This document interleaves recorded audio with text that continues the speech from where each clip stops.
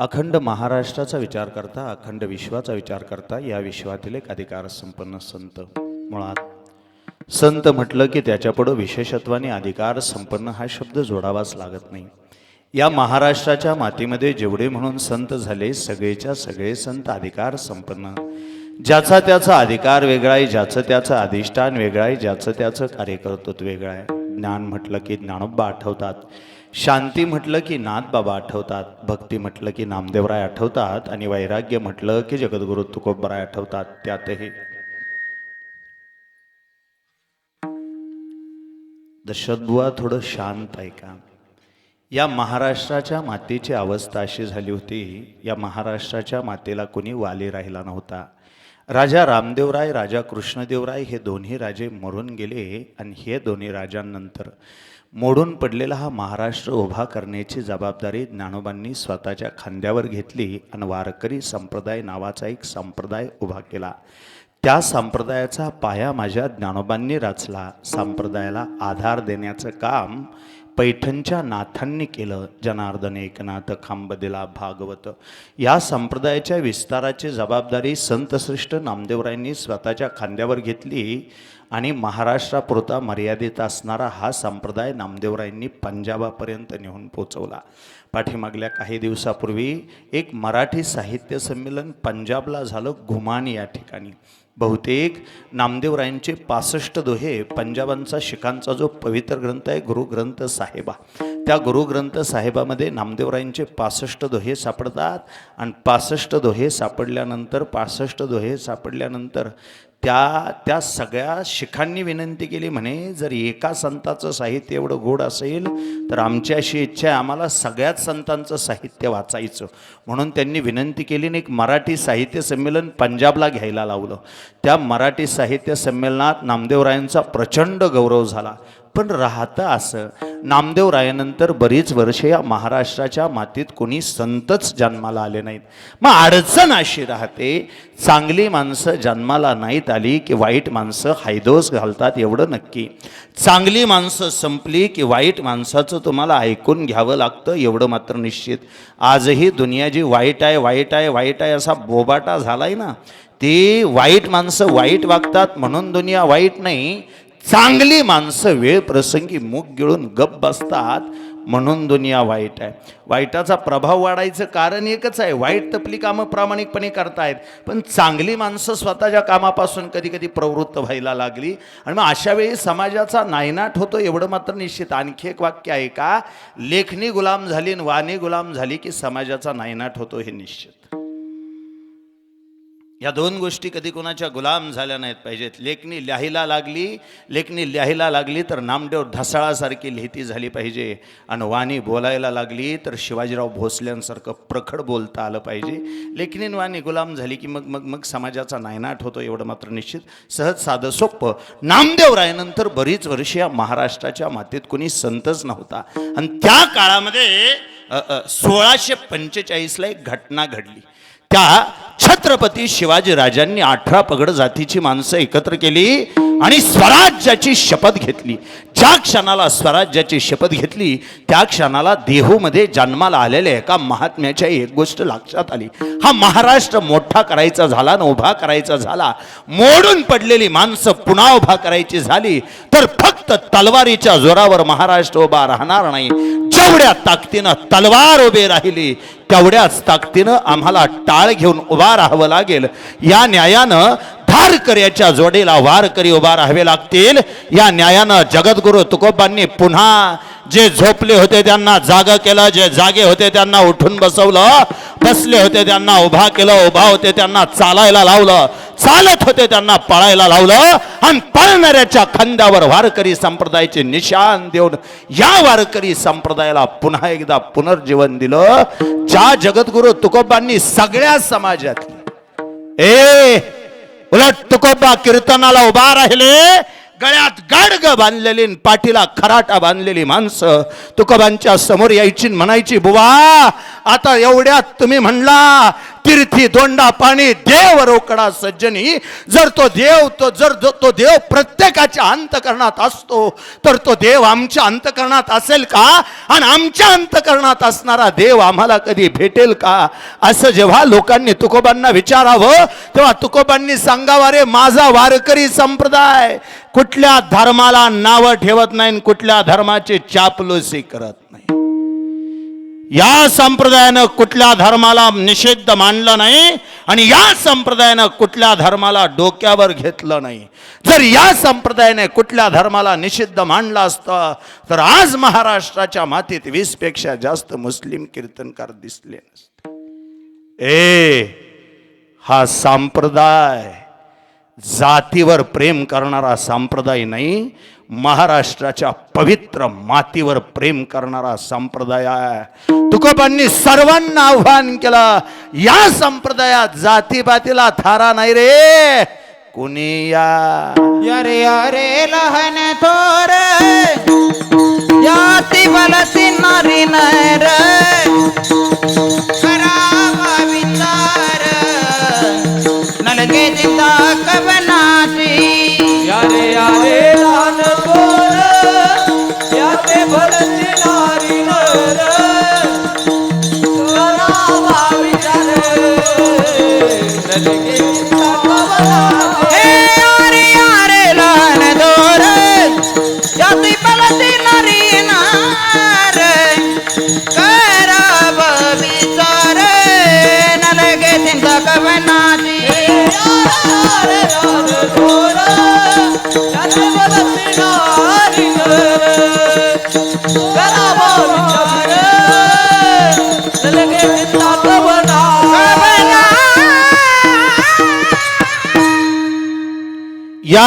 यारे लहान थोर याती भलती.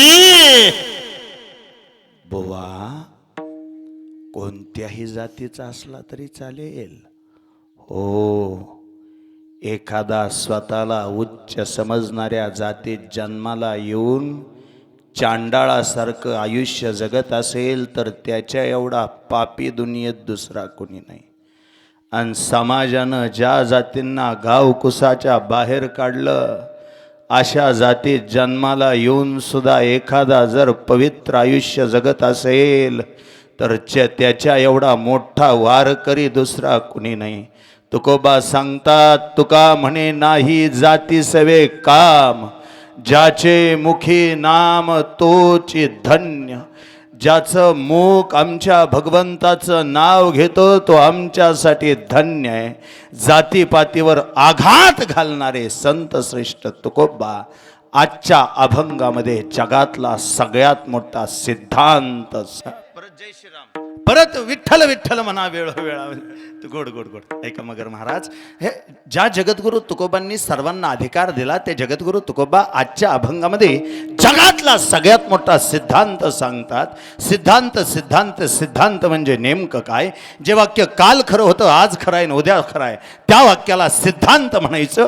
काल ऐकलं तरी ते सत्य आहे, आज ऐकलं तरी ते सत्य आहे आणि उद्या ऐकलं तरी ते सत्य आहे, त्याला सिद्धांत म्हणा. आणि या जगातला सगळ्यात मोठा सिद्धांत आहे, आले देवाजीच्या मना तेथे कोणाचेच आले ना. एकदा का एखादी गोष्ट विटेवरच्या मालकाच्या मनात आली मग त्याच्या पुढं कुणाचंच काही चालत नाही. ज्याच्याजवळ ज्ञान आहे त्याचं चालत नाही, ज्याच्याजवळ सत्ता आहे त्याचं चालत नाही, ज्याच्याजवळ संपत्ती आहे त्याचं चालत नाही. ज्ञानाच्या बाबतीत विचार करता उलटी ज्ञानेश्वरी पाठ असली तरी मरावं लागतं. सोलापूरच्या वळसंकर डॉक्टर सारखा किती बुद्धिवान माणूस असला तरी तपलीत आपल्यालाच गोळी झाडली मरून गेला. ज्ञानाच्या बाबतीत किती मोठं ज्ञान असलं तुमच्याजवळ, किती किती किती वैभवशाली ज्ञान असलं तरी विटेवरच्या मालकानं हाक मारली की सगळं जागेवर ठेवून निघून जावं लागतं. ज्ञान असणाराला मरावं लागतं. सत्तेच्या बाबतीत विचार करता पैसे वाटून ग्रामपंचायत सदस्य झालेल्या गड्यांबद्दल मला बोलायचं नाही, त्याच्यासाठी मी वेळ काढला नाही. देशाची सार्वभौम सत्ता ज्याच्या हातात आहे त्याला पंतप्रधान म्हणतात. आणि माझ्या विटेवरच्या मालकाच्या मनात आलं तर दिवस उजाडला होता 31 ऑक्टोबर 1984चा. बहुतेक भारताच्या राजकारणातला तो काळा दिवस मानला जातो. 31 ऑक्टोबर 1984 या दिवशी भारताच्या पहिल्या महिला पंतप्रधान तथा एकमेव महिला पंतप्रधान, त्यांच्या आधी कोणी पंतप्रधान झालं नाही, त्यांच्या नंतर कोणी महिला पंतप्रधान झाली नाही, स्वर्गीय इंदिराजी गांधी यांना त्यांच्या अंगरक्षकानं गोळ्या झाडल्या. सुशिक्षित माणसं आहात तुम्ही म्हणून आणखी पुढे बोलतो. अंगरक्षकाला मराठीत बॉडीगार्ड म्हणायचं. हे लक्षात ठेवा. जे त्यांच्या अंगरक्षकानं इंदिराजींना गोळ्या झाडल्या आणि देशाच्या पंतप्रधान पदावर विराजमान असताना स्वर्गीय इंदिराजींना मरावं लागलं. ज्याच्याजवळ ज्ञान आहे त्याला मरावं लागतं, ज्याच्याजवळ सत्ता आहे त्याला मरावं लागतं. सासरवाडीनं घेतलेली अंगठी पंक्तीत फिरवणाऱ्या गड्यांबद्दल मला बोलायचं नाही. संपत्तीच्या बाबतीत विचार करता माझ्याकडे अशा एका राजाची नोंद आहे, ज्या राजाकडे 7 कोटी सोन्याची घरं आहेत. एका एका घराला 3-3 चौकट्या आहेत. एका एका चौकटीला 22.5 क्विंटल सोनं आहे. 9 ग्रहाच्या पायऱ्या करायचा, मग जाऊन सिंहासनावर बसायचा.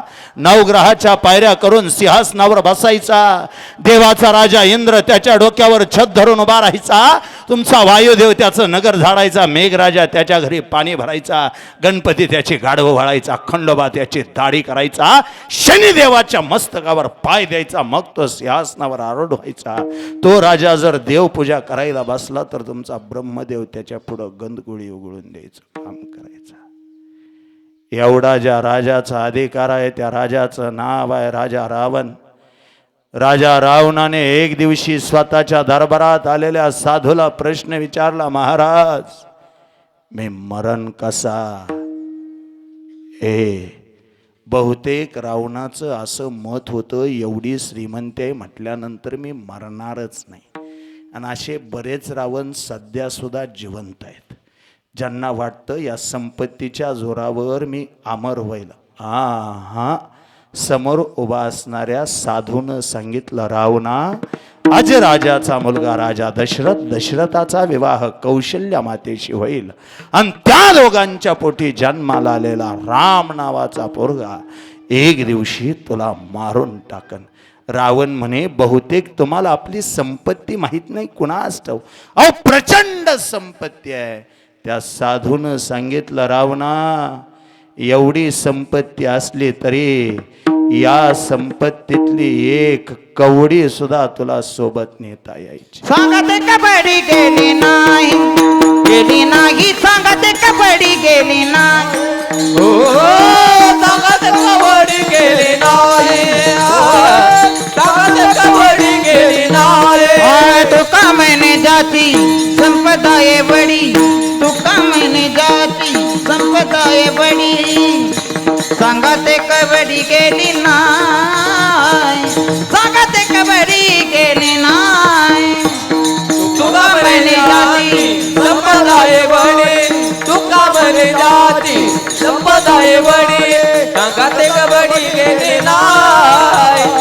सांगत कबड्डी गेली. सांगते कबड्डी गेली. सांगते कबड्डी गेली नाही. तुका म्हणे ज्याची संपदा एवढी, सांगाते कबडी गेली नाही. तुका म्हणे ज्याचे देव बांधवडी, सांगाते कबडी गेली नाही. ज्ञान असणाराला मरावं लागतंय, सत्ता असणाराला मरावं लागतंय, संपत्ती असणाराला मरावं लागतंय. उलट सोप्पा आहे का? आले देवाजीच्या मनात येथे कोणाचे चालेना, कुणाचं चाललं नाही हे सांगण्यासाठी तुकोबांनी पहिला दृष्टांत दिला राजा हरिश्चंद्राचा. हरिश्चंद्रासारखा सत्यवचनी राजा स्वतःच्या शयन कक्षात झोपला आणि स्वतःच्या स्वप्नात त्याने सबंध राज्य विश्वामित्र नावाच्या साधूला दान केलं. मगर महाराज, नियम असा आहे, कोणताही व्यवहार घडण्यासाठी दोघंही एका सत्तेत असावे लागतात. म्हणजे स्वप्नातली घटना सत्यात गृहीत धरली जात नाही आणि सत्यातली घटना स्वप्नात गृहीत धरली जात नाही. तहान जर स्वप्नात लागली तर पाणी सुद्धा स्वप्नातच प्यावं लागतं. उशाला जरी तांब्या भरून ठेवला असला तरी स्वप्नात लागलेल्या तहानेला उशाचा तांब्या काहीच करू शकत नाही. जुन्या काळात बघा, ते पडद्यावर चित्रपट दाखवायची माणसं. आता ते बंद झालं. मोबाईलने बऱ्याच गोष्टी खाऊन टाकल्या. मोबाईलने म्हणे पडद्यावरचा पिक्चर खाऊन टाकला, मोबाईलने टी व्ही खाऊन टाकली, मोबाईलने हातातलं घड्याळ खाऊन टाकला. तर माणसं बऱ्याच गोष्टी मोबाईलच्या साह्यानेच बघायला लागली. पण जुना काळ होता ते तसलं पोखरायचं. तुमच्याकडे पोखरायचं नाही कोणाच, याल तर हसाल, न याल तर फसाल, असं गणपतीच्या निमित्ताने चित्रपट असायचे, नवदुर्गेच्या निमित्ताने चित्रपट असायचे, असं मोठमोठा कार्यक्रम असला की पडद्यावर चित्रपट. आम्ही लहानपणी अनुभवलेली गोष्ट, आमच्या गावातली 4-2 म्हातारी पुढं बसली, पहिल्यांदाच पडद्यावर पिक्चर, आणि पुढं बसली 4-2 म्हातारी, पुढं बसली, पिक्चर होता तो शोले नावाचा. आता ज्यांनी बघितलाय त्यांना त्याचा अनुभव आहे. शोले नावाचा चित्रपट, पाठीमागल्या काही दिवसापूर्वी धर्मेंद्र वारले बघा, ते धर्मेंद्र अमिताभ बच्चन यांचा वगैरे तो शोले चित्रपट. आणि ती 4-2 म्हातारी पहिल्यांदाच पुढं बसली, आणि ती लई अशी टाका टाका टाका त्या पडद्याकडे बघत होती. आणि एका क्षणाला जसे गब्बरचे घोडे आले तसं म्हातारी उठून पळायला लागली. मग त्यांना समजून सांगावं लागलं कुणीतरी, म्हणे अहो ते पडद्यावर आहे, जे पडद्यावर आहे त्याचा वास्तवाशी संबंध जोडला जात नाही. तसं स्वप्नात घडलेल्या घटनेचा सत्याशी संबंध जोडला जात नाही. राजा हरिश्चंद्रानं विश्वामित्राला स्वप्नात राज्यदान दिलतं, पण विश्वामित्र मात्र सत्यात येऊन उभा राहिला होता. आणि क्षणाचा विलंब न करता हरिश्चंद्र राजाने श्रीकृष्णार्पण मस्तू म्हणून सबंध राज्य विश्वामित्राला दान केलं होतं. त्या राजा हरिश्चंद्राला शेवटी डोंबा नावाच्या ब्राह्मणाच्या घरी पाणी भरायला राहावं लागलं. वेळ बदलली, काळ बदलला, परिस्थिती बदलली. वेळ काळ परिस्थिती कधी कुणाची बदलल सांगता येत नाही. जाहीर आहे का, हरिश्चंद्रासारख्या राजाला सुद्धा शेवटी डोंबा नावाच्या ब्राह्मणाच्या घरी पाणी भरावं लागलं. हरिश्चंद्र ताराराने वाहे डोंबा घरी पाणी. तेवढा दृष्टांत अपुरा वाटत असेल तर तुकोबांनी दुसरा दृष्टांत दिला पांडवांच्या आयुष्यातला. तो जगाचा बाप, पांडवांचा सहाय्यकारी आहे. पांडवांसाठी त्याने वेळ प्रसंगी नको नको ती कामं केली. वेळ प्रसंगी पांडवांसाठी त्याने अर्जुनाच्या घरचे घोडे धुतले. वेळ प्रसंगी अर्जुनासाठी कामुक वनामध्ये सुभद्रा झाला. जगाच्या बापानं अर्जुनासाठी नको नको ती कामं केली. महाभारतात पांडव जिंकावेत म्हणून भगवान गोपाल कृष्णानं 19 पाप केली. एवढं सगळं करणारा कृष्ण पण अभिमन्यूच्या वधाच्या वेळी, अभिमन्यूच्या मृत्यूच्या वेळी का कुणाष्टपणे त्याने पांडवांना नाराज केलं. अभिमन्यू रक्ताच्या थारोळ्यात पडलेला असताना अर्जुन कृष्णाला घेऊन अभिमन्यू पर्यंत आला. रक्ताच्या थारोळ्यात पडलेला अभिमन्यू बघितला ना, अभिमन्यूकडे बघितल्याबरोबर अर्जुनाच्या डोळ्याला पाणी आलं.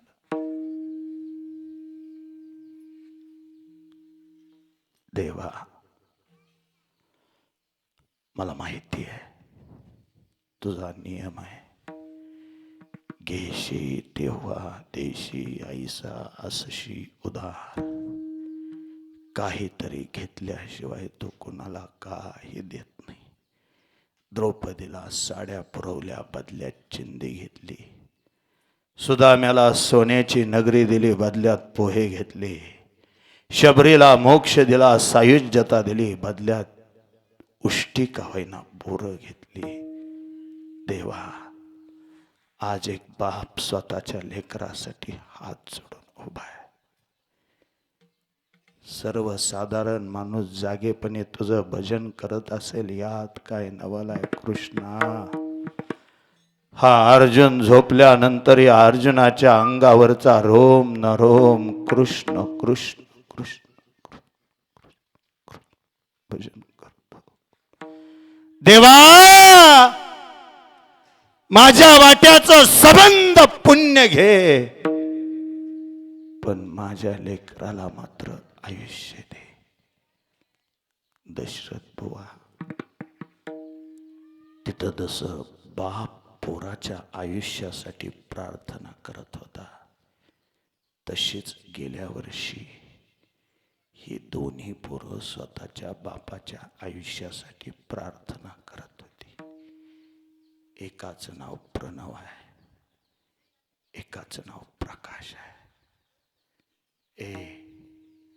बाबा आजारी पडले आणि पोरांच्या पायाखालची वाळू सरकली.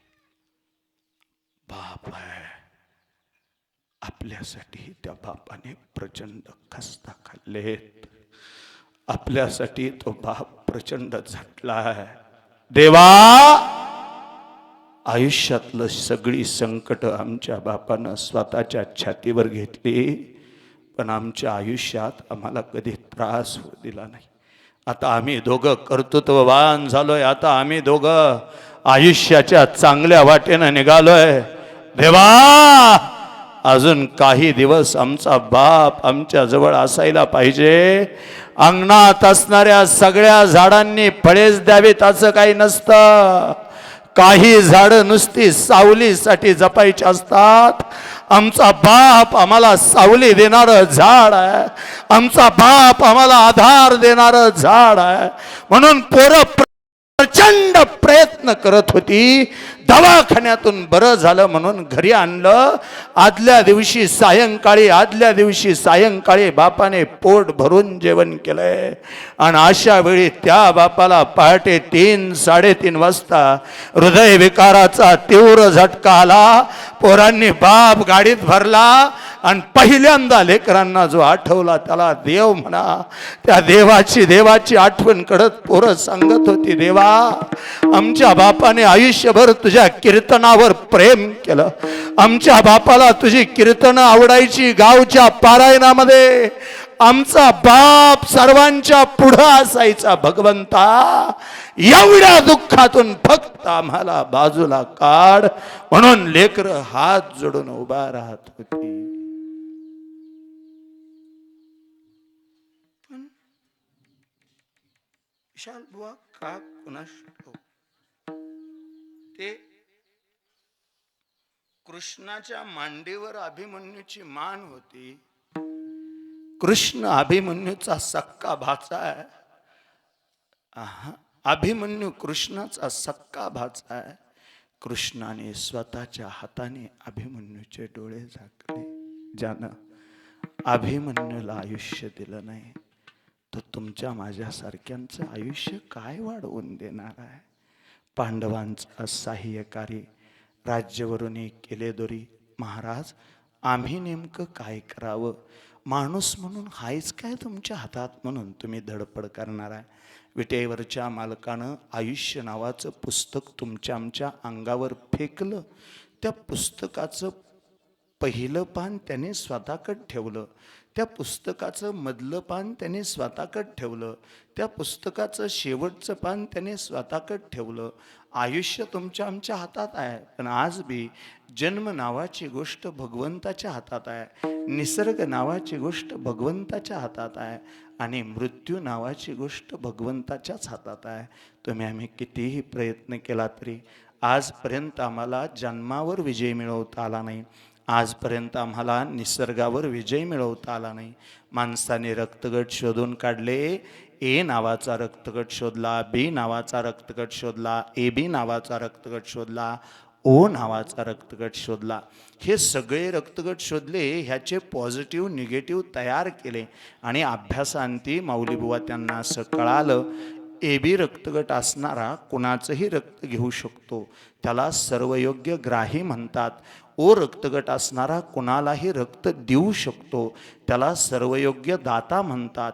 रक्ताचा एवढा अभ्यास झाला खरा, पण आजपर्यंत या जगाच्या पाठीवर रक्ताचा कारखाना कोणाला उभा करता आला नाही. तुम्ही मान्य करा, नाहीतर नका करू. आजही रक्ताच्या कारखान्याचा चेअरमन पंढरपुरात कमरेवर हात देऊन उभा राहिलाय. त्याच्याशिवाय हे सामर्थ्य नाही. त्याच्याशिवाय ही ताकद नाही. निसर्ग नावाची गोष्ट तुमच्या आमच्या हातात नाही. आणि मृत्यू नावाची गोष्ट तुमच्या आमच्या हातात अजिबात नाही. ज्या वेळेला त्याने हाक मारली त्यावेळेला सगळं जागेवर ठेवायचं. वाडवेळ झाला उभा पांडुरंग, वैकुंठा श्रीरंग बोलावितो या न्यायानं. त्याने एकदा बोलावणं धाडलं की म्हणायचं नाही मला माझ्या पोराबाळांबरोबर राहायचं म्हणून. हे काळाची उडी पडली की निघायचं. जेव्हा सोडविना तेव्हा मायबाप, सोडविना बंधू पाटीची बहीण. हे कुठल्याच गातीतलं नाही. सोडविना बंधू पाटी. हे रचलेलंच आहे, फक्त समर्पक आहे म्हणून ते त्याला म्हणावं लागतं. सोडविना बंधू पाठीची बहीण, शेजाची कामीन दूर राहे. तसं पुढचं चरण येतं, सोडविना राजा देशीचा चौधरी, अनेक स्वयरी भली भली तुका म्हणे तुला सोडविना कोणी, एका चक्र पाणी वाचून या. त्याच्या मनात आलं कोणाचं काही चालत नाही, कारण जन्म त्याने तुमच्या आमच्या हातात दिला नाही, निसर्ग त्याने तुमच्या आमच्या हातात दिला नाही, आणि तिसरी मृत्यू नावाची गोष्ट आजही भगवंताने तुमच्या आमच्या हातात दिली नाही. जर ते तुमच्या आमच्या हातात नसेल तर तुम्ही आम्ही काय करू शकतो? काय करचाल तुम्ही? बरं, ह्या दाहिंजे परिवारानं गेले वर्ष झालं काय केलं? रडले असतील. एवढंच करू शकतो आपण. एखादी गोष्ट बदलता येत नसेल तर ती स्वीकारावी लागते. बरं, रडून आदरणीय बाबा माघारी येतील का? नाहीत येणार. किती रडल्यानं माघारी येतील? नाहीतच येणार नाहीत. हे सत्य आहे, आणि हे सत्य लेकरांनी स्वीकारावं लागेल. वास्तव कटू असलं तरी ते स्वीकारावं लागतं, त्याचा स्वीकार करावा लागतो. आणि बहुतेक वास्तव स्वीकारत असताना कुणाचा तरी आधार लागतो. आमच्यासारख्यांनी वास्तव स्वीकारत असताना संत साहित्याचा आधार घेतला. जगद्गुरु तुकोबांनी आजच्या अभंगात का आहे केलं नाही, फक्त सांत्वन केलंय. बाबांनो, जर तुमचं या जगाच्या पाठीवर काही चालणार नसेल, तुमचं चाललं नाही म्हणून नाराज होऊ नका. पांडवांचं चाललं नाही म्हणजे तुमचं चालणार नाही. राजा हरिश्चंद्राचं चाललं नाही म्हणजे तुमचं चालणार नाही. उलट सगळ्यांनी एक गोष्ट मनाला समजून सांगा, आले देवाजीच्या म्हणा तेथे कोणाचे चालेना. काहीसा या अर्थाचा अतिशय गोड, अतिशय समर्पक, आजच्या सेवेला साजेसा असणारा अभंग. काहीसा या अर्थाचा अभंग सेवेला घेण्यापाठीमागचा परिहार नाम सेवेचं कारण, या परिवाराचं अस्तित्व, या परिवाराचं मांगल्य, या परिवाराचं पावित्र्य, या परिवाराचा सन्मान, या परिवाराचा स्वाभिमान, या परिवाराचा अभिमान, या परिवाराचा आधारवड, या परिवाराचे वडील, या परिवाराचा बाप. सन्माननीय कालकथित अर्जुन दिनकर धाईंजी बाबा म्हणायचे सगळे. विशालबुवा हा धाईंजे परिवार मोठा परिवार.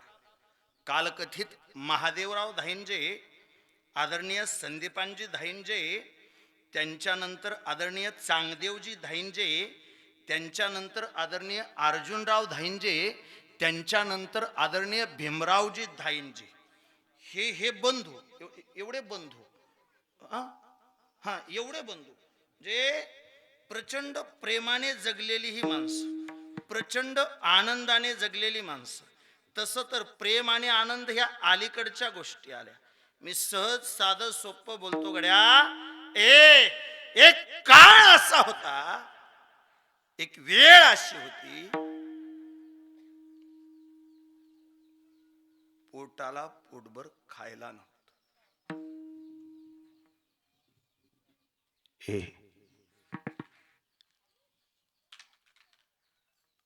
ज्यावेळी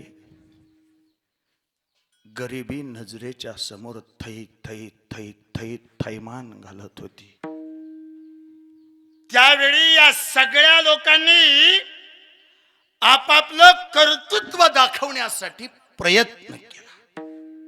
मी सांगू विशाल बुवा, गोर गरीब लेकरांना भाकरी मिळवून द्यावी आणि त्यांच्या भाकरीची सोय व्हावी, याच्यासाठी एका सूर्यानं स्वतःचं सबंध आयुष्य वेचलं.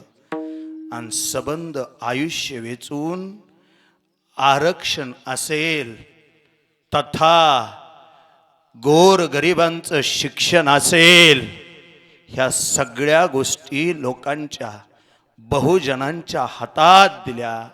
आणि 6 डिसेंबरला तो सूर्य मावळला. त्या सूर्याचं नाव आहे भारतरत्न डॉक्टर बाबासाहेब आंबेडकर. आम्हाला मिळालेलं आरक्षण हे कुणी आम्हाला दिलेली भीक नाही, आमच्या बापाने आमच्या हातात दिलेलं ते देणं आहे.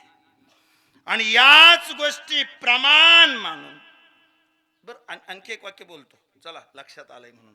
आरक्षण मिळालं, पण त्याचा शिकणारालाच फायदा झाला. जी गडी मास्तरवर गुराकलं त्याचं काय? नाही गळायचे नाही. जे शिक्षण वाघिणीचं दूध आहे, जो पिल तो गुरगुरल्याशिवाय राहणार नाही, आदरणीय आंबेडकरांचं वाक्य आहे. म्हणून हा परिवार शून्यातून विश्वामध्ये रूपांतरित होत असताना त्यात शिक्षणाचा प्रचंड मोठा सहभाग झाला.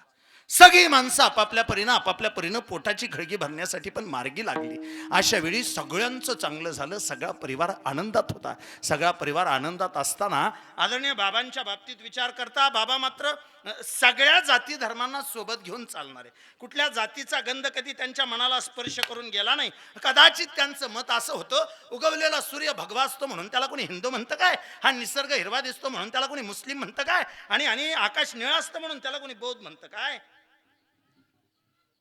त्याने भेद केला नाही. कोण आहेत तुम्ही आम्ही.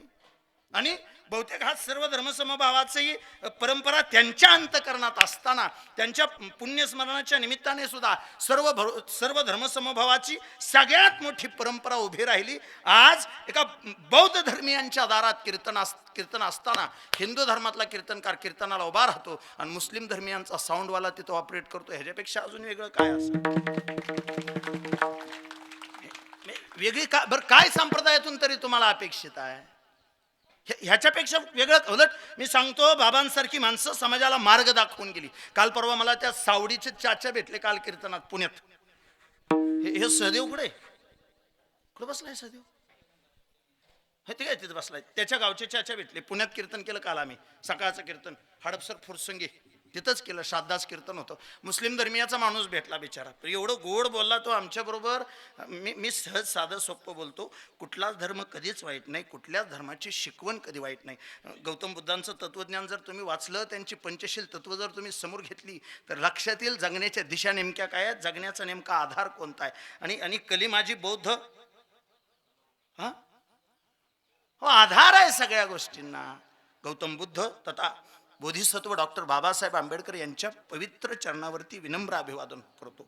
आणि पुढं बोलत असताना सहज साधं सोपं बोलतो. बाबांना ह्या गोष्टी कधी स्पर्शच केल्या नाहीत. विशाल बुवा, कीर्तन असेल कुठंही असू द्या, कीर्तन तिथं उपस्थित राहणार. त्यापेक्षा गावच्या पारायणाला प्रचंड मदत असायची. प्रचंड सगळ्या गोष्टी आनंदमय सोहळ्यात संपन्न करायचे. आणि सगळ्या गोष्टी संपन्न करीत असताना सगळं आनंदाने चाललं होतं. दोन्ही पोरांनी स्वतःचं कर्तृत्व सिद्ध केलं होतं. दोन्ही पोरं कोणत्या ना कोणत्या पण मार्गाला लागली होती, कोणत्या ना कोणत्या निमित्तानं स्वतःला सिद्ध करून मोकळी झाली होती. आता बहुतेक सुखाचे दिवस होते. आणि का कुणास ठाऊक, तो हा पंढरपूरचा काळा देव आहे ना, असाच करतो. माझा अनुभव आहे त्याच्याबद्दल. दुःखाचे दिवस भोगायला लावतो आणि सुखाचे दिवस आले की अंगणातून जसं एखादा पाखरू भुरुकन ओढून जातं ना, तसं अंगणातली माणसं काढून घेतो. बाबांच्या बाबतीत विचार करायचं झालं तर पत्नीच नाव राणी आहे. 2 पोरं, मुलगी नाही. पण थोडं माफ करा, मला नाही असं म्हणायचं बी धाडस मी करणार नाही. ह्या 5ही भावंडांपैकी कुणाचीही मुलगी आली तरी माझीच लेक आली म्हणून तेवढ्याच प्रेमाने मुलींकडे बघायची. नाहीतर माझं बोलणं खोटं वाटत असेल तर सगळ्यात थोरल्या असणाऱ्या त्या रेश्माताईला विचारून घ्या. पोरींनो, तुम्ही दारात येऊन उभा राहिला आणि तुम्हाला कधी परक्यासारखी वागणूक त्या चुलत्यानं दिली असं कधी झालंच नाही. उलट एखादी गोष्ट बापाला मागता येत नव्हती, ती गोष्ट जरी बाबांना सांगितली तरी बाबांनी आनंदाने जाऊन अकलूजावरून आणायची, बावड्यावरून आणायची, इंदापुरावरून आणायची. पण असू दे ग, मला पोरी नसल्या तरी माझ्या भावाच्या पोरी ह्या माझ्याच पोरी असं म्हणून तो माणूस सगळ्यांवर प्रेम करत राहिला. पण का कुणास ठाऊक, आम्ही लहानपणापासून पुस्तकात वाक्य वाचलं, जो आवडतो सर्वांना तोची आवडे देवाला. आणि जे घडायला नको होतं ते घडलं. हृदयाचा आजार झाला आणि त्या निमित्तानं लेकरांना दवाखान्यात नेत असताना पण आयुष्यातला शेवटचा श्वास घेतला. डोळे भरून एकदा त्या प्रणवकडे बघितलं असेल, डोळे भरून एकदा त्या प्रकाशकडे बघितलं असेल. आयुष्यातली शेवटची उचकी दिली. लेकरं हतबल झाली. पायाखालची वाळू सरकली. देवाकडे बघितलं आणि देवाला विचारलं, देवा आयुष्यभर आमच्या बापानं कधी जातीपातीचा विचार केला नाही, आयुष्यभर आमच्या बापानं कधी धर्माचा विचार केला नाही, आयुष्यभर तुझी कीर्तन ऐकली, तुझी कीर्तन ऐकत असताना आमचा बाप कीर्तन ऐकायचा तेव्हा आमच्या कानावर गोष्टी यायच्या. तू म्हणे सावता माळ्यासाठी खुरपाईला बसला होता, सेना न्हाव्यासाठी तो बादशाची दाढी केली, देवा सजन कसायासाठी तू मांस विकायला लागला, चोखो भरायासाठी तो मेलेली ढोर वडली, उपमन्यूला दुधाचा समुद्र देणारा तूच ना रे, ध्रुवाला आढळपद देणारा तूच ना रे, कबीराच्या घरी शेले विणणारा तूच ना रे, जनीच्या गौऱ्या थापणारा तूच ना रे. देवा सगळ्यांबरोबर चांगला वागला, आमच्या बरोबर वागताना का कोणास ठाऊक वैऱ्यासारखा वागला रे. देवा तुझा माझा करे बैरा करे, देवा तुझा माझा करे बैरा करे, देवा तुझा माझा कारे वैरा कारे, देवा तुझा माझा कारे वैरा कारे, देवा तुझा माझा करे बैरा करे, देवा तुझा माझा करे बैरा करे, देवा तुझा माझा कारे वैरा कारे, देवा तुझा माझा कारे वैरा कारे. दुःखाचे डोंगर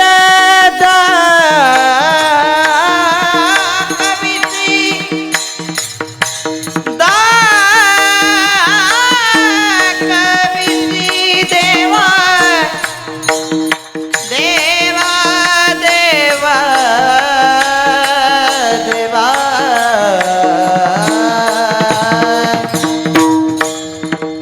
देवा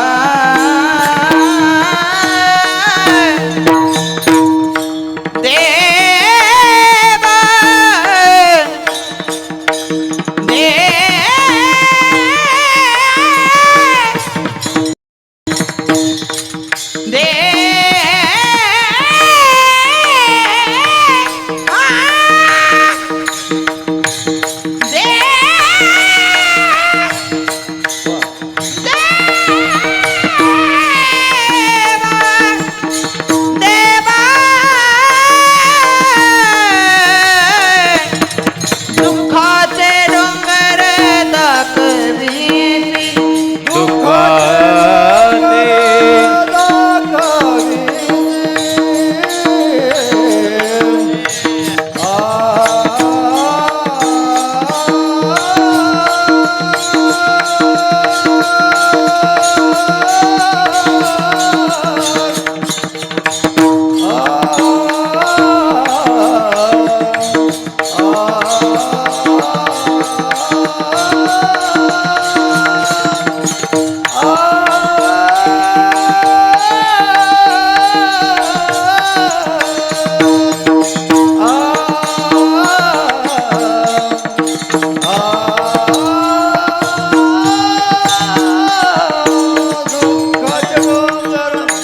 दुःखाचे डोंगर दाखविती, बळे बांधणी देशी काळाती, बळे बांधणी देशी काळ.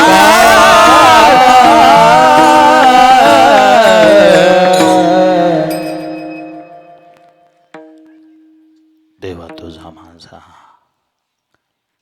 का रे वैराकार, दुःखाचे डोंगर दाखविशी, बळे बांधुनिया देशी काळा हाती, ऐसे काय चित्ती आले तुझ्या, आम्ही देवा तुझी केली होती आशा, बरवे ऋषिकेशा कळू आले.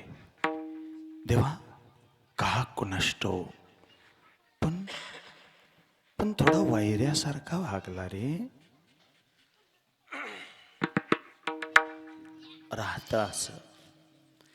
जिथपर्यंत मी वाचलं, जिथपर्यंत माझा अभ्यास आहे, तिथपर्यंत मी तुमच्या पुढं मांडण्याचा प्रयत्न करतो. माणसाला दुःख झालं, माणसाला त्रास झाला, माणसं बोटं मोडतात, देवाकडे बघून शिव्या देतात. पण त्यालाही काही गोष्टींची मर्यादा आहे हो. कुणाला? देवाला. त्याला कसली आली मर्यादा? देवाला जी मर्यादा पाळावी लागते त्या मर्यादेला प्रारब्ध असं म्हणतात. नामा म्हणे कर्मरेखा देवादिका चुकेना. ते प्रारब्धाच्या पुढे त्याला स्वतःचा बाप वाचवता आला नाही तर तुमच्या आमच्या बापाला काय आयुष्य दिलं. सोपं सांगतो, मी सहज बोलतो. आणि तो का हतबल होतो हे मांडत असताना मला थोडं सोपं सांगू द्या. मुळात हा देह, हा जीव गर्भात होता आणि गर्भात असताना याला गर्भातल्या यातना सहन झाल्या नाहीत, दुःख झालं. आणि ह्याची एक गंमत आहे, मी सांगतो तुम्हाला. हा दुःखी झाला की याला देव आठवतो. तोपर्यंत सहजासहजी देव आठवत नाही, पण ह्याला अडचण आली की देव आठवतो. अजून सांगतो, एखादा म्हणेल मला देव आठवत नाही, मला आमका तमका आठवतो. अडचणीत असल्यानंतर तुम्हाला पहिल्यांदा जो आठवतो तो तुमचा देव आहे. संपला विषय. कुणी असो, तो माणूस असेल एखादा, तो आठवलं तो तुमचा देव आहे. पण पण ह्याची अडचणच ही आहे, गर्भात असताना ह्याला यातना सहन झाल्या नाहीत. मग यातना सहन झाल्या नाहीत म्हणून ह्याने देवाला हाक मारले, देवा एक वेळ करी या दुःखा वेगळे. देवा एकदाच फक्त या दुःखापासून वेगळं कर. देव म्हणे मी तुला ह्या दुःखापासून वेगळं करेन, पण तू माझ्यासाठी काय करशील. तेव्हा ह्याने वचन दिलं, आठवीनं पाय हा माझा नवस. देवा मी तुझं भजन करीन. मग देवाला विश्वास वाटला म्हणून देवे दिला देह भजना गोमटा, किंवा मग दिले इंद्रिय हात पाय कान डोळे मुख बोलाया वचन, जेणे तू जोडशी नारायण, किंवा मग आयुष्याच्या या साधने सच्चिदानंद पदवी घेणे. म्हणून देवाने ह्याला देह दिला, जन्माला घातला. पण जन्माला घालत असताना देवानं ह्याला 4 गरजा दिल्या. देवानं दिलेल्या 4 आहेत. माणसाने परत सुशिक्षित बनवून 4 गरजांच्या 6 केल्या. 4 सांगू का 6 सांगू? जे देवाने दिलेल्या 4च आहेत. माणसं परत सुशिक्षित झाली आणि सुशिक्षिततेच्या दिखाव्याखाली माणसाने 6 गरजा केल्या. किती सांगू? 6 सांगू? हाय एवढ्या पाकिटात? बर ठीक, असो सांगतो, ऐका. 4 सांगतो आणि त्यानंतर 6 सांगतो. देवानं दिलेल्या 4 कोणकोणत्या आहेत? गरज या देहाची, आहार, भय, निद्रा आणि मैथून. ह्या 4 गरजा देवानं दिल्या. तुम्ही आम्ही शिकलो आणि आपण 4च्या 6 केल्या. कोणकोणत्या? आहार, भय, निद्रा, मैथून, मोबाईल आणि त्याचा एक चार्जर. किती झाल्या? आणि अडचण अशी आहे सध्याच्या काळात, ह्या 4 नसल्या तरी चालते ते, पण ह्या 2 असाव्याच लागत आहेत. आमच्या पोरांचे हाल याच्यासाठी झालेत. आता सुगीचे दिवस आहेत बघा. आमची पोरं शाळा शिकायची सोडून येऊन येऊन येणार कोण, आमक्या तमक्याशिवाय हायच कोण, असं म्हणत ह्याच्या त्याच्या पाठीमागं पळणार, त्यांची चापलुसी करणार, एका वडापावसाठी अख्खा दिवस बर्बाद करणार. घरात बापाने तांब्या भरून मागितला तर तांब्या भरून न देणारा पोरगा नेत्याच्या वाढदिवसाला बाटलीवर रगात देऊन मोकळा झाला आणि म्हणला, बाहुनवर आपलं लय प्रेम आहे. होय हाय नाही होय, प्रचंड प्रेम आहे तुझं. असो 6 म्हणलो ना, 6. आमची अवस्था अशी झाली, आज आमची अडचण आहे, आम्हाला घरात आटा नसला तरी चालतोय, पण मोबाईलला डाटा असावा लागतोय, त्याच्याशिवाय आम्ही जगूच शकत नाही. मग कधीतरी माझ्यासारख्या निर्बुद्धाला प्रश्न पडतात. हे आम्ही जेव्हा माझ्या समाजाकडे मी बघतो तेव्हा मला कळतं, खरंच समाजाला ज्ञानोबा कळाले का? खरंच समाजाला तुकोबा कळाले का? खरंच समाजाला छत्रपती शिवाजीराजे कळाले का? खरंच समाजाला डॉक्टर बाबासाहेब आंबेडकर कळाले का? ए मी थोडं स्वच्छ बोलतो. डॉक्टर बाबासाहेब आंबेडकर हे डोक्यावर घेऊन नाचायचा विषय नाही, तो हृदयात उतरून त्या मार्गाने चालायचा विषय. ते कधीतरी आयुष्यात उतरून घ्या. ते ज्या मार्गाने चालले त्या मार्गाने चालण्याचा प्रयत्न करा. हे शाळेच्या वर्गात बसून न दिलेला विद्यार्थी आहे. कुलकर्णी मास्तरनी शाळेतून बाहेर हाकलून दिलं आणि बाहेर हाकलून दिल्यानंतर वर्गाच्या बाहेर बसले आणि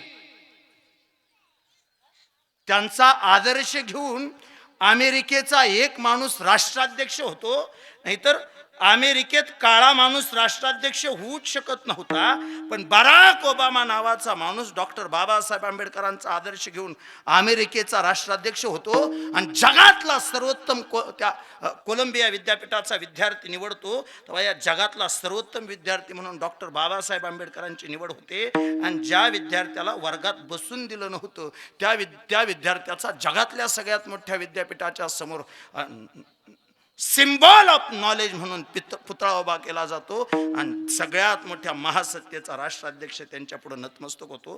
हे कर्तृत्व आहे त्यांचं.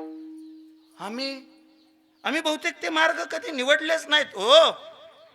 आम्हाला हे महापुरुष जयंती पुण्यतिथी पुरते आपले वाटायला लागले आणि तेवढ्याच काळात आम्ही ते वाटून घेतले. आता बहुतेक आमचं ठरलंय छत्रपती शिवाजी राजांची जयंती मराठ्यांनीच करायची आहे. अहिल्यादेवी होळकरांची जयंती आली की धनगरांनीच जागं व्हायचं. आंबेडकरांची जयंती असेल तर बौद्धांनीच जागं व्हायचं. जोपर्यंत या जातीपातीच्या भिंती पाडून तुम्ही आम्ही सगळे एका विचारानं एकत्र येऊन हा समाज उभा करत नाही, तोपर्यंत हा देश पुन्हा सुरळीत चालेल असं मला वैयक्तिक वाटत नाही. चला, लांब गेला विषय माझा. जिथं होता तिथं आणतो. काय सांगत होतो मी? गरजा सांगत होतो. 4 देवाने दिलेल्या, 6 माणसाने तयार केलेल्या, देवाने दिलेल्या ज्या 4 आहेत त्यातली पहिली आहे आहार, दुसरी आहे भय, तिसरी आहे निद्रा आणि चौथी आहे मैथून. ह्या 4 गरजा भगवंताने दिल्याच दिल्या. आहार नावाची गोष्ट अशी राहते, कुणीही असू द्या त्याला आहाराची गरज आहेच. प्रमाण आहे. जरी झाल्या संन्याशी मध्यान्नाशी तोंडवाशी, जरी एखादा संन्याशी झाला तरी सूर्य माथ्यावर आल्यानंतर त्याला थोडं का होईना पोटाला आधाराला खावंच लागेल. संन्याशी असला तरी त्याला आहाराची गरज आहे. निद्रा, झोप प्रत्येकाला गरज आहे त्याची. आणि अलीकडच्या काळात ती श्रीमंती मोजत असताना पैशा पाण्यावर मोजूच नका. ज्याच्याकडे शेती तो श्रीमंत, ज्याच्याकडे गाडी तो श्रीमंत, ज्याच्याकडे माडी तो श्रीमंत, हे पक्क डोक्यातून काढून टाका. कोरोना नावाच्या आजारानं श्रीमंतीची व्याख्या बदलून टाकली. मला जिथपर्यंत कळतं तिथपर्यंत मला एवढंच माहिती आहे, महाराज, पाठ टेकल्या ज्याचा डोळा लागला तो श्रीमंत. काय म्हणलं बुवा? पाठ टेकल्या ज्याचा डोळा लागला तो श्रीमंत. आणि बहुतेक पाठ टेकल्या डोळा लागायला दिवसभर नीतिमत्तेने जगावं लागतं. लबाड्या करून पाठ टेकल्या डोळा लागत नाही. गोरगरिबाच्या माना मुरगळून पाठ टेकल्या डोळा लागत नाही. एखाद्याची निंदा करून पाठ टेकल्या डोळा लागत नाही. त्याला प्रचंड नीतिमत्ते. आणि माणसं अलीकडच्या काळात हितच फसत चालली विशाल बुवा. आम्ही वास्तुशास्त्राचे सगळे नियम पाळून घर बांधतो आणि पैसा कमावताना 2 नंबरचा कमावतो. कुठनं शांतीन समाधान मिळायचं? वास्तुशास्त्राचा एखादा नियम मोडला तरी चालेल, पण माझ्या तुकोबांनी गाठेत धनदौलतीचा नियम घालून दिला होता. तेवढा एकच नियम पाळायला पाहिजे होता. जोडून या धन उत्तम व्यवहारे, उदास विचारे वेच करी, उत्तमची गती तो एक पावेल, उत्तम भोगीला जीवखानी. आहार गरजेचा आहे, निद्रा गरजेची आहे. मैथून नावाचा विषय माझा तेवढा अभ्यास नाही किंवा माझी ती उंची नाही की त्या विषयाला मी स्पर्श करेन. चौथी या देहाची गरज आहे. भय म्हणजे भीती. बहुतेक प्रत्येकाला कोणत्या ना कोणत्या गोष्टीची भीती राहते. कुणाला कोणत्या गोष्टीची भीती राहते याचं जर वर्णन करायचं झालं तर जो रोगी आहे त्याला भोगाची भीती आहे. जो रोगी आहे त्याला भोगाची भीती आहे. जो सुंदर आहे त्याला वार्धक्याची भीती आहे. जो कुलवान आहे त्याला कलंकाची भीती आहे. जो कुलवान आहे त्याला कलंकाची भीती आहे. जो श्रीमंत आहे त्याला राजाची भीती आहे आणि जो जिवंत आहे त्याला मृत्यूची भीती आहे. जा तुम्ही, हे मी पटवून देईल तुम्हाला. रोगी असला की भोगाची भीती आहेच आहे. आणि आत्ता चालू कीर्तनात किमान 50% माणसं आजार आहेत. ते मी तुम्हाला बरं वाटावं म्हणून मी 50% म्हणलोय. हे तर नीट मोजलं तुम्ही ही आत्ता माणसं म्हणतात नाही अमक्यात हृदय विकारात ते टेस्ट केली आणि त्याच्या 4-5 गाठी निघाल्या. आत्ता माझ्या मोजल्या तर 2-3 निघतील. नाही, मी असं आदांतरी बोलणार माणूस नाही. हे काय त्याचा त्रास होईना म्हणून फक्त मी तुमच्या पुढे असा सदृढ उभा आहे. तपासणी केलं. मी का बोलतो, WHO वर्ल्ड हेल्थ ऑर्गनायझेशन जागतिक आरोग्य संघटनेचा असा दावा आहे, भारतातली 95% माणसं सध्या आजार आहेत आणि ती शरीराने कमी मनाने जास्त आजार आहेत. WHO चा दावा आहे, हे मी पदरचं थोडीच बोलतोय. बरीच माणसं पाठीमागल्या काही दिवसापूर्वी एक जणाला 4-4:30 वाजल्या की अशी भूक लागायची बघा, दिवस नाव आहे त्याला झुकला की भूक लागायची नाही, घाम यायचा. मग घामाला ती प्यायला लागला. मग त्याला कोणतरी सांगितलं, म्हणले तसं करू नका, आपलं तुम्ही डॉक्टरकडे जाऊन तपसून या. म्हणून ते गेला डॉक्टरकडे. डॉक्टरला म्हणले काय होतं डॉक्टर, बघा आंदूक दिसतंय, आंदूक दिसतंय. 4-4:30 वाजले की लय भूक लागते पोटाला, म्हणजे काहीतरी खावा असं वाटतंय आणि लय धरून घाम येतोय. मग डॉक्टरने त्याच्या सगळ्या टेस्ट केल्या आणि डॉक्टर त्याला म्हणले अभिनंदन, तुमची निवड झाली. म्हणला कशासाठी, तुम्हाला साखर आहे. मग त्याला कळालं आपल्याला साखर आहे ती. आणि साखर हा एवढा भयंकर आजार, कोरोनापेक्षा भयंकर आजार आहे साखर. मी काय म्हणतोय, कोरोनापेक्षा भयंकर आजार आहे साखर. एकदा शरीरात घुसली तर बहुतेक माणूस संपतो पण साखर संपत नाही. मग ती त्यांनी गोड खायचं न खायचं याच्यावरतीच ती कंट्रोल करावी लागते. काल परवा भल्या मोठ्या श्रीमंताच्या शेजारी आम्ही जेवायला बसलो. बहुतेक माझा नियम आहे, माझा स्वतःचा नियम आहे, जिथं वर्ष श्राद्धाचं कीर्तन करतो तिथंच बसून मी जेवतो. हा माझा नियम आहे. बाकीच्यांनी पाळावा असा माझा हट्ट नाही. मला एकच कळतं, आपल्याला त्यांचा पैसा चालतोय म्हणल्यावर त्यांचा अन्न आपल्याला चाललंच पाहिजे, असं माझा स्वतःच नियम आहे. मी सगळ्यांनीच हे पाळावा असा माझा दावा नाही, पण मी आत्ता सुद्धा हे कीर्तन झालं हे तर बसून जेवणार, माझा तो नियम आहे. आपलं काल परवा भल्या मोठ्या जागीरदाराच्या घरी कीर्तन विशाल बुवा आणि ते आमच्या शेजारी जेवायला बसले. मी थोडी विनंती केली, म्हणजे आम्ही बसतो तुम्ही बसा, मोठा श्रीमंत माणूस आणि आमच्या शेजारी जेवायला बसले. आणि अडचण अशी झाली मगर महाराज, आमच्या ताटाला बरेच पदार्थ लावले होते, बरेच पदार्थ दिले ना, म्हणजे त्यांच्यात गुलाबजाम वगैरे असे बरेच पदार्थ दिले. तेवढे सगळे आमच्या पात्रात होते, सगळे आमच्या पात्रात. आमच्या शेजारी तो श्रीमंत माणूस जेवायला बसला आणि त्यांच्या पात्राला ज्वारीची भाकरी आणि शापूची भाजी. परत मला शास्त्राचा नियम सांगतो, शास्त्र सांगतं, नीट ऐका दादा. तुम्ही दोघं जर जेवायला बसले तर जेवढे पदार्थ ह्यांच्या ताटाला लावले तेवढेच पदार्थ तुमच्या ताटाला लावावे लागतात. पाणी जरी कमी पडलं तरी वाढणारा पाप आहे. जेवढे त्यांच्या पात्राला लावले तेवढे सगळे तुमच्या पात्राला लागले. माझ्या जेवायला वाईट वाटलं, म्हणलं आपल्याला गुलाबजामुन, त्यांना ज्वारीची भाकरी आणि शापूची भाजी. म्हणून मी आपलं त्यांच्या घरचं कोणी बघत नाही ह्या गोष्टीचा अंदाज घेतला. एक गुलाबजाम उचलला, त्यांच्या पुढे दारला. खा म्हणलं, मी म्हणजे गेलं नाही, कोणी बघत नाही, बघितलं गुलाबजाम पुढं बघितलं. आणि साखरेची अडचण अशी आहे, साखर असणाऱ्या माणसाला प्रचंड गोड खाऊ वाटतंय. तर ती बेत आहे हो, आणि बेत्यातही गडी म्हणूनच पाठच तुम्हाला सडकव दिसत्यात आहे. नाही गळायचे नाही. तुम्ही कधी बघा, लवकर तुम्ही प्रवासाला सुरुवात करा. एक 6-6:30च्या सुमाराला तुम्ही सकाळी जर प्रवासाला सुरुवात केली तर गावातलं बरंच मोठ्या पोटाचं गडी तुम्हाला सडकव दिसणार. मी त्याचा बी अभ्यास केला, म्हणलं असं कशामुळं. मग माझ्या मनात मी एकदा गाडीच थांबवली आणि गाडी थांबवूनच त्यांना विचारलं, म्हणलं का पळताय, म्हणले पोटासाठी. आणि मग मी निष्कर्ष काढला, दोघांना बी पोटासाठी पळावं लागतंय. गरीब पळतंय पोटासाठी, श्रीमंत पळतंय पोटासाठी. फरक एवढाच आहे, गरीब दिवसभर पोट भरण्यासाठी पळतंय आणि श्रीमंत पहाटे पोट कमी करण्यासाठी पळतंय. पण पोटासाठी पळावं लागतंय मात्र निश्चित. आता ती गुलाबजाम त्यांच्या हातात देणार, त्यांना प्रचंड खाऊ वाटला. ते मला म्हणे, खरं सांगू का महाराज, लय खाऊ वाटतं,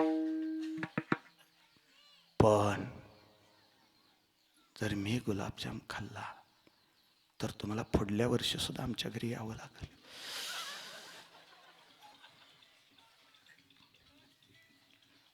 मगर महाराज माझी मी खाऊन टाकलं, नको म्हणलं उगाच कसं एखाद्याला तुम्ही विचार करा. साखर एखाद्याची वैरी व्हावी, जो रोगी आहे त्याला भोगाची भीती आहे. तुम्ही रोगी झाला की तुम्ही या जगातल्या सुंदर गोष्टींचा भोग सुद्धा घेऊ शकत नाही.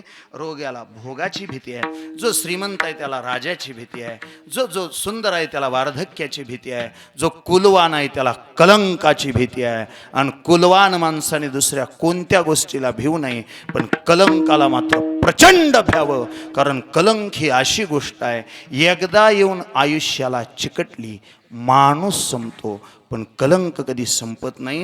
म्हणून वारकरी आयुष्य जगणारी माणसं कलंकाला प्रचंड भीतात. आत्ता त्या लातूरला एक सोहळा होणार आहे भला मोठा म्हणजे एवढा मोठा सोहळा होणार आहे. 1,00,000 माणसं वाचायला बसणार आहेत. ज्ञानोबारांचा जन्मशताब्दी महोत्सव. ते 1,00,000 वाचक बसणार आहेत. 750 ज्ञानेश्वर टाळ घेऊन उभा राहणार आहेत. 750 एकनाथ टाळ घेऊन उभा राहणार आहेत. 750 नामदेव टाळ घेऊन उभा राहणार आहेत. 750 तुकाराम टाळ घेऊन उभा राहणार आहेत. गंमत अशी आहे 750 तुकाराम टाळ घेऊन उभा राहतील, पण तुकाराम महाराजांच्या पिढीतला वंशजापैकी एकही माणूस टाळ घेऊन उभा राहणार नाही. कारण असं आहे, त्यांच्या पिढीत आजपर्यंत कोणाचंच नाव तुकाराम नाही. जेवढी देहूकर तुम्हाला आठवत असतील त्यापैकी कुणाचंही तुम्ही नाव आठवा. त्यांच्या पिढीत अख्ख्या कुणाचं नाव तुकाराम नाही. तेव्हा त्यांची मुलाखत घेण्यात आली आणि त्यांच्या वंशजांना विचारलं, अख्ख्या महाराष्ट्रातून 750 ज्ञानेश्वर येतील, 750 नामदेव येतील, 750 एकनाथ येतील, 750 तुकाराम येतील, पण तुमच्या पिढीतला एकही तुकाराम तिथं उभा राहू शकत नाही.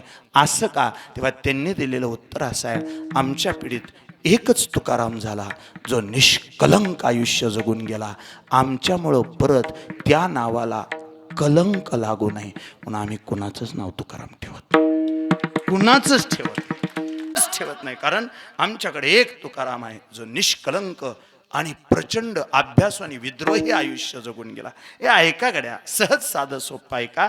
जो कुलवान आहे त्याला कलंकाची भीती आहे आणि जो जिवंत आहे त्याला मृत्यूची भीती आहे. वाटतं आपल्याला आपली माणसं आपल्यासोबत असावीत, वाटतं आपल्याला आपल्या माणसाने आपल्यासोबत राहावं, पण बहुतेक तसं नसतं. आणि कसं असतं तर तुकोबांनी आजचा अभंगच लिहिला नसता.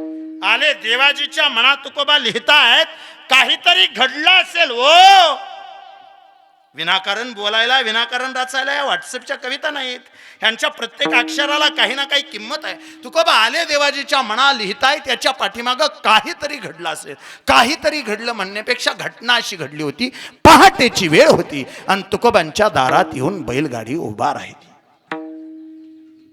बहुतेक ज्या जुन्या माणसांना आठवत असेल त्यांना तुम्ही विचारून घ्या, जुन्या काळातले निरोप बैलगाडीनंच यायचे, बैलगाडीनंच जायचे. माहेरवासीन पोरी सुद्धा बैलगाडीनंच यायच्या, बैलगाडीनंच जायच्या. लग्नाची वराड सुद्धा बैलगाडीनं यायची, बैलगाडीनं जायची. आत्ताच्या सारखं एवढं सोपं आयुष्य नव्हतं. ह्या रस्त्या एवढ्या अंतरावरून एखादी बिचारी निघाली असली आणि इथनं बघितलं तरी कळायचं माहेरला चालली का सासरला. बुवा कसं शक्य आहे? तिला विचारावं लागत असेल ना, बाई तू माहेरला चालली का सासरला? नाही, नव्हतं विचारावं लागत. नुसतं बघितलं तरी कळायचं. बघितल्यावर कसं कळेल बुवा? अडचण अशी होती, माहेरला निघाली की पुढं बघत बसायची आणि नांदायला चालली, कन्या सासुऱ्याशी जाय, मागे परतून पाय. त्रास सहन केलाय माझ्या आईच्या वयाच्या ज्या बिचाऱ्या बसल्यात ना कीर्तनात. आत्ताच्या सारखी सासू, विशाल बुवा, आत्ताच्या सारखी सासू उठता का सुनबाई म्हणून उठवत नव्हती.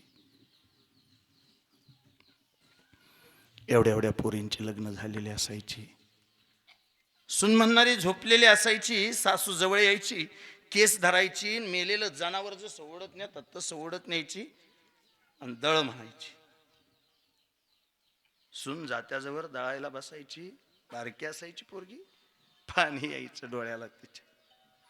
आणि मग सासू विचारायची, रडते कशासाठी? पुढचं वाक्य वाईट बोलायची, व रडते कशासाठी? रडायला काय तुझा बाप मेला का काय? आणि तेव्हा पोरगी आणखी रडायची, आत्या हाना मारा हिरीत ढकलून द्या, पण माझ्या बापाला फक्त काही म्हणू नका. जीव होता तिचा बापावर. बहुतेक पोरीचा जीव बापावर आणि बापाचा जीव पोरीवर राहतो. आज सुद्धा कीर्तनात एवढ्या जणी बसल्यात, ह्या सगळ्यांचा आईपेक्षा जास्त बापावर जीव आहे. मुलगा म्हणलं की आईचा लाडका आणि मुलगी म्हणलं की बापाची लाडकी. ती ती नांदायला आली, नांदून पुन्हा माघारी माहेरी आली. आई तिला उठवायला लागली तर बाप हाक मारतो, झोपू दे ग. नांदून आली लेक माझी, झोपू दे, उठवू नको तिला, बाप आहे. पण त्या दिवशी गाडी दारात येऊन उभा राहिली. माहेरची गाडी होती जिजाच्या, जिजा तुकोबरांच्या पत्नीचं नाव आहे. तुकोबांचे सासरे त्यावेळेचं पुण्यातलं सगळ्यात मोठं प्रस्थ आबाजी पंत गुळवे, 3600 एकर ऊसाचा मालक. किती किती 3600 एकर. 1-2 एकर कारखान्याला गेला म्हणून काका फुगवणाऱ्या गाड्यांनी हे ऐकून जा.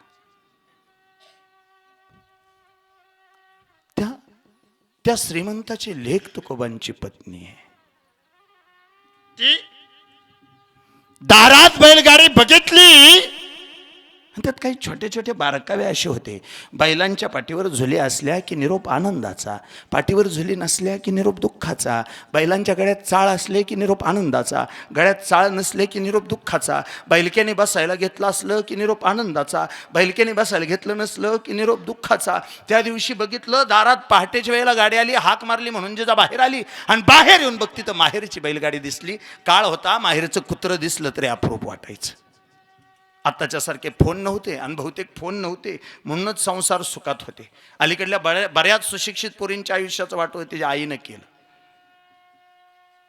नाही, गरजेपेक्षा जी माहेरातून ढवळाढवळ होते ना प्रपंचात, हे काय झालं, दोघं शिकले, दोघं सुशिक्षित झाली, दोघं नोकरीला लागली आणि दोघं नोकरीला लागल्यामुळे कुणाची कोणाला गरज राहिली नाही. सगळीच नाती गरजेवर उभा नसतात, पण नात्यांना ओलाव्याची गरज असते, भावनींची गरज असते. दोघं नोकरीला लागल्यामुळे दोघाला एकमेकाची गरज राहिली नाही आणि त्यामुळे माणसं असं सहज संसार तोडून बाजूला होत आहेत. माझी विनंती आहे, कीर्तनात जमलेलं तुम्ही सगळ्याजणी माझ्या बहिणी आहात, माझ्या आई आहात. एखाद्याचं घर पोडणारी बाई होण्यापेक्षा एखाद्याचं घर जोडणारी बाई व्हा. सध्या गरज आहे त्याची महाराष्ट्राला. नाती मरत चालली आणि माणूस श्रीमंत होत चालला. ती बैलगाडी दिसली, दारात आली, पळत आली. बैलगाडीतून श्याम काका नावाचे दिवाणजी उतरले. श्याम काका म्हणजे जिजाच्या बापाच्या वयाचा माणूस. काकांजवळ आली आणि काकांना विचारलं, काका काय झालं? जिजा, तुझा बाप पण आमचा मालक आबाजी पंत गुळवे जरा आजारी आहेत. थांबवलं वाक्य, खोटं बोलले आणि बहुतेक पोरींना खोटं बोलावं लागतं. आजपर्यंत जगाच्या पाठीवर कुठल्याच पोरीला निरोप येताना तुझा बाप मेला असा निरोप येत नाही, तुझा बाप मरून गेला असा निरोप येत नाही. कीर्तनात माझी एखादी बहीण अशी असेल जिचा बाप मरून गेला, आठवताही ज्यावेळी तुला फोन आलता माहेरातनं, तेव्हा तो तसा चालता, आजारी आहेत म्हणून चालता, तसाच येतो. मरून गेला असा निरोप येतच नाही पोरींना कधी. जिजाला सांगितलं आजारी आहेत. जिजा बैलगाडीत बसली, गाडी निघाली. देहूपासून पुण्यात यायची होती. येता येता पुन्हा एकदा काकांना विचारलं, काका रडताय तुम्ही? नाही ग, बैलगाडी चालवल्यामुळं डोळ्याला पाणी येतं. गाडी पुण्यात आली. ज्या गल्लीत आबाजी पंत गुळवे राहत होते, गाडी तिथपर्यंत आली. जिजाने बैलगाडीतून खाली उडी मारली.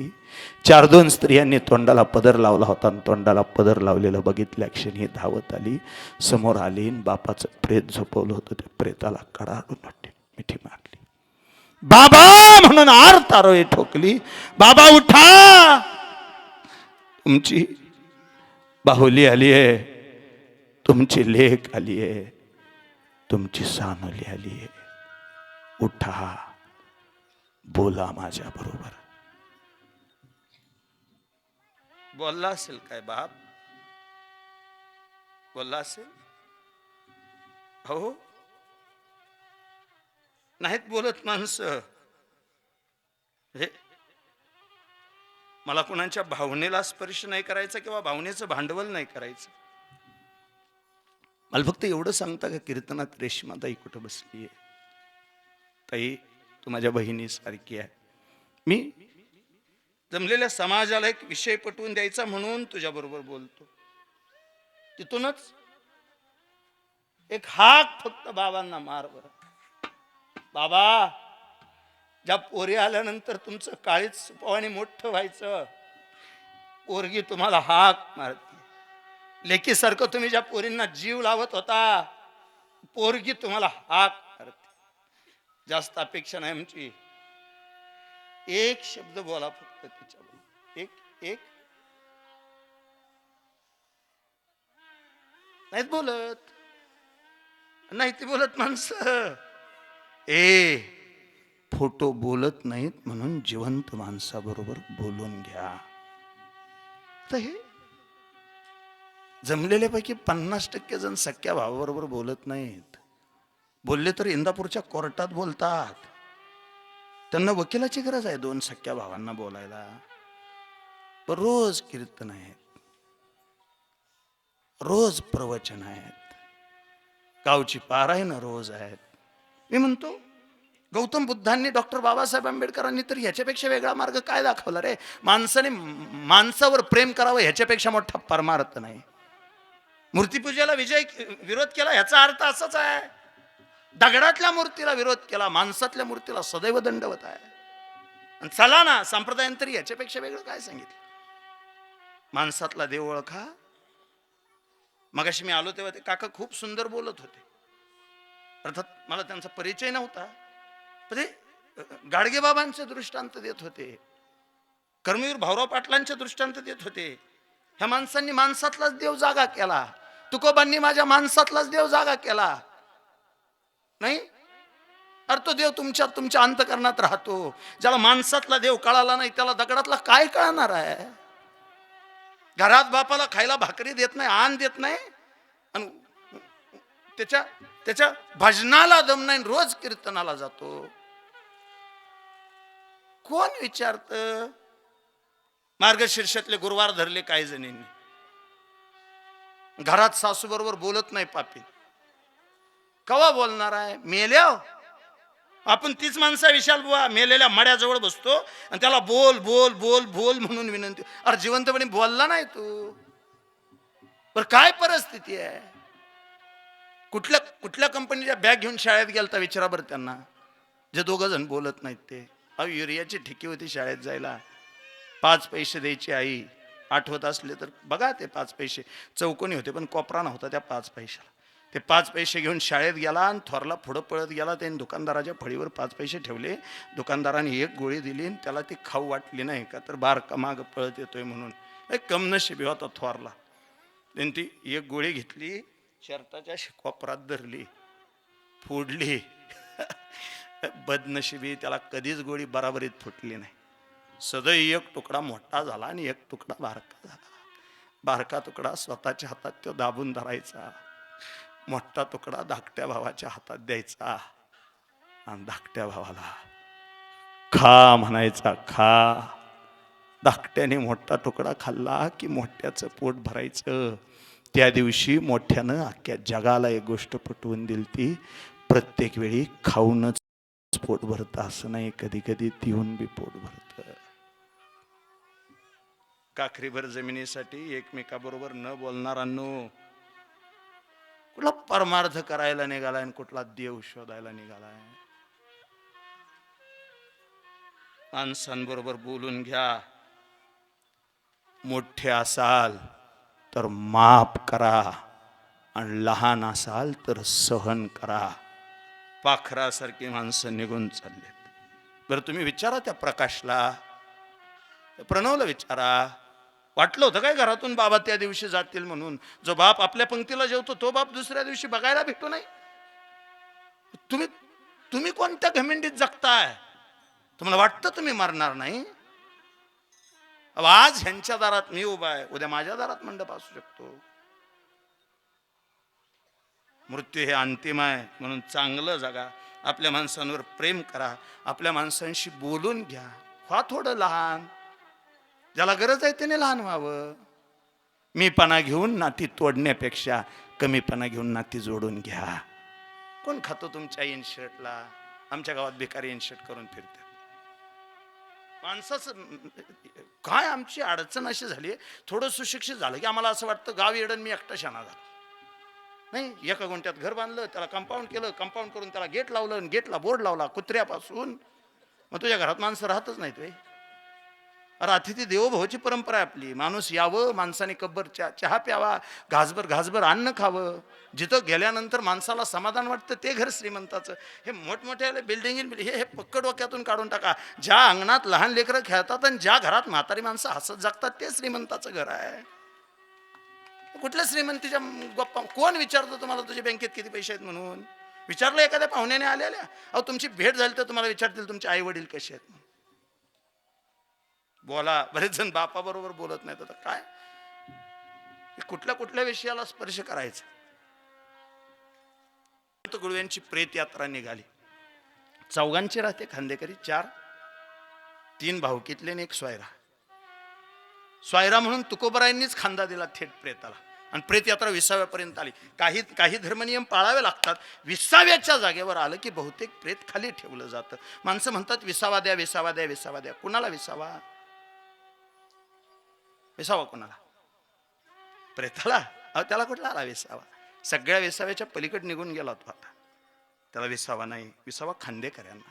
म्हणून पाठीमागले खांदेकरी पुढले खांदेकरी पाठीमागं होतात. आतापर्यंत माग असणारे तुकोबा पुढाले आणि माग असणारे तुकोबा ज्या क्षणाला पुढाले तेव्हा तेवढं सगळं तेवढ्या माणसात जिजाने बघितलं आणि जिजा धावत आली आणि तुकोबारांच्या समोर आडवी उभा राहिली. मालक, मी पुढे जाऊनच द्यायची नाही,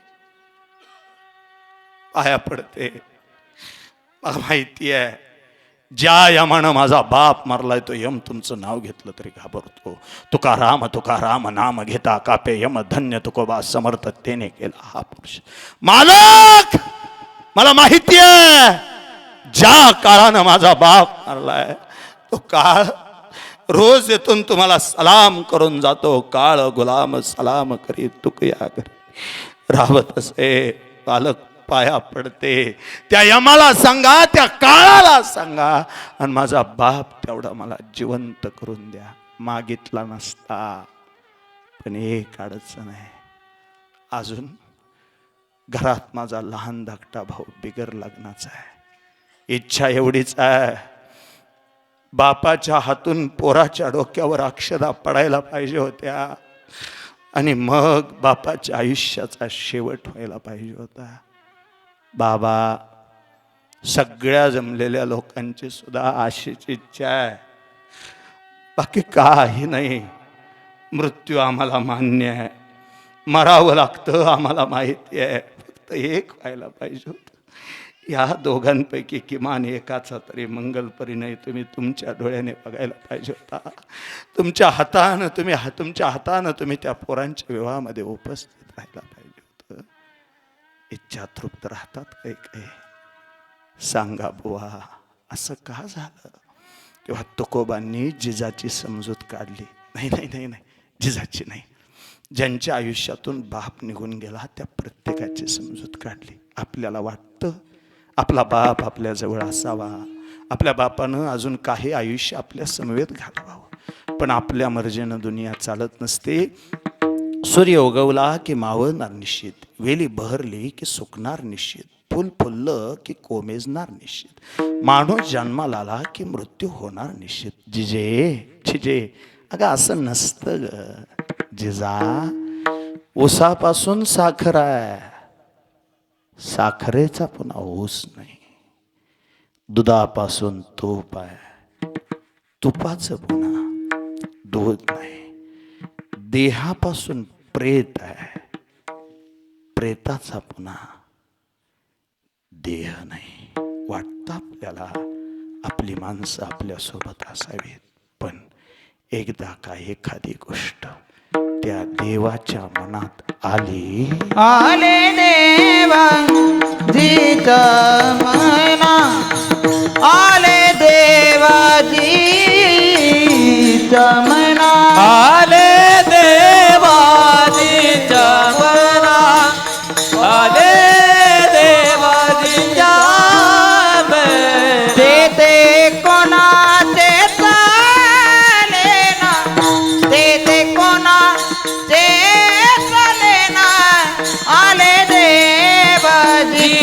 मना आले देवाजीच्या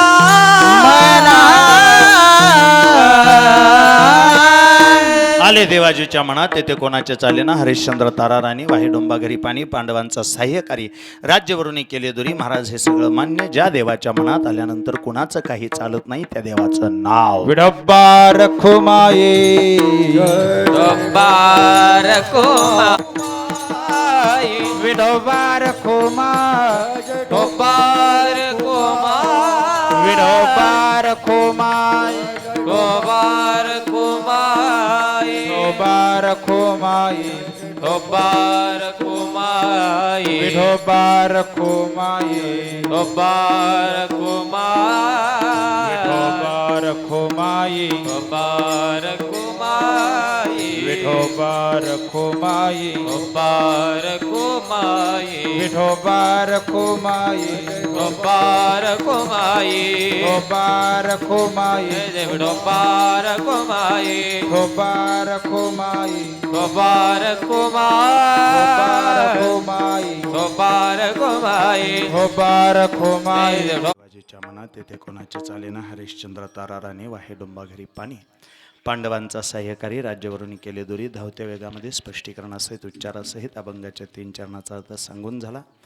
मला दिलेले वेळ संपून तब्बल 15 मिनिटं ज्या झाली अतिशय नम्रतापूर्वक या समस्त दाहिंजे परिवारानं ही सेवा माझ्यासारख्या पामराकडे दिली त्याबद्दल सबंध दाहिंजे परिवाराचा आभार मानतो. पाठीमागल्या काही दिवसापूर्वी त्या प्रकाशचा फोन आला आणि त्यांनी सांगितलं महाराज आपल्याला सेवा करायची आहे भाट निमगावमध्ये.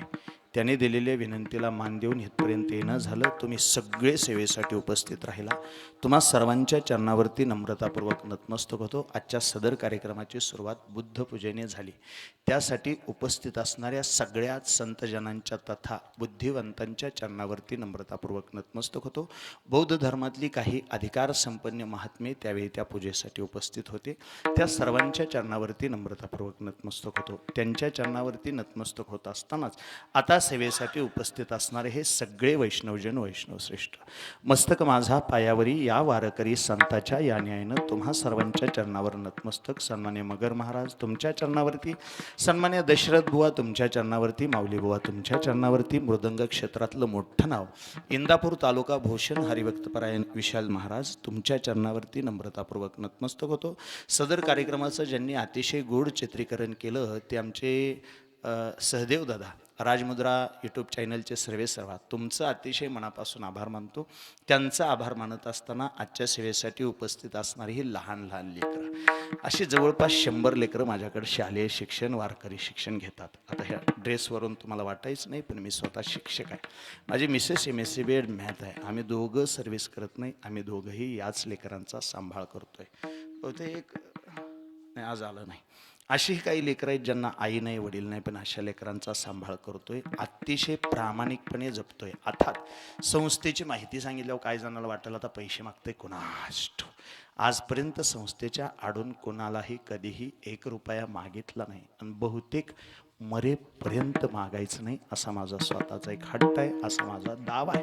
त्या विठेवरचा मालक जोपर्यंत उभा आहे तोपर्यंत या लेकरांना तो निश्चित देईल. बहुतेक त्यांच्या हिस्स्याचं तो माझ्या खिशात देतो. त्याच्यामुळं त्यांना सांभाळताना मला कोणताही त्रास होत नाही. कोणतीच कधी अडचण भगवंताने मला येऊ दिली नाही, भविष्यात येऊ देणार नाही असा माझा विश्वास आहे.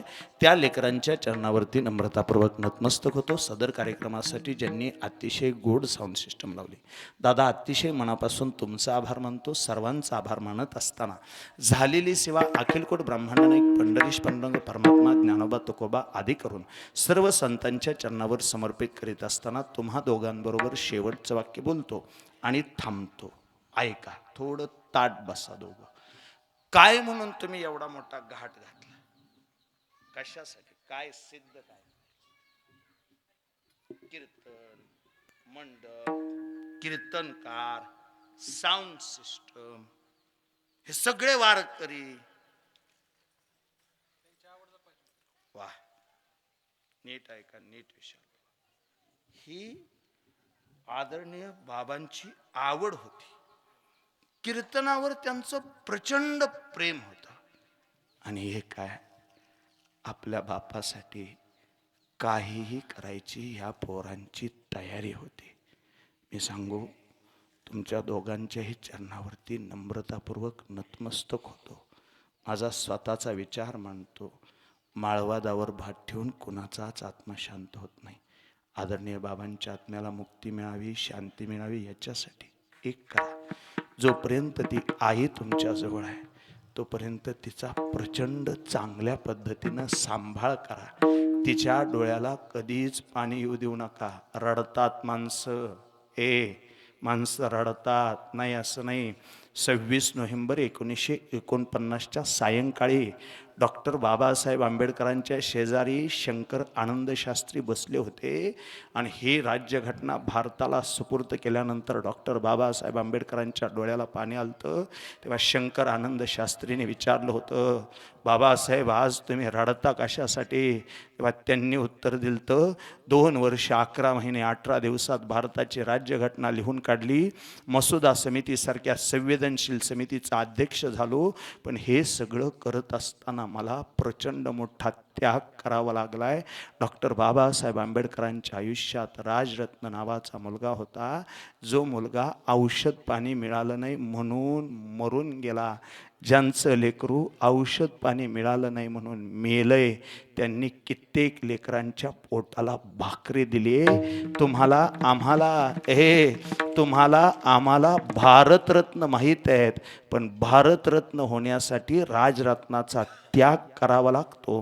हे बहुतेक कित्येकांना माहिती नाही. लेकरांनो, मी पाया पडतो तुमच्या, काही करा, आईची प्रचंड सेवा करा आणि मग मात्र जे घडतं ते उघड्या डोळ्याने बघा.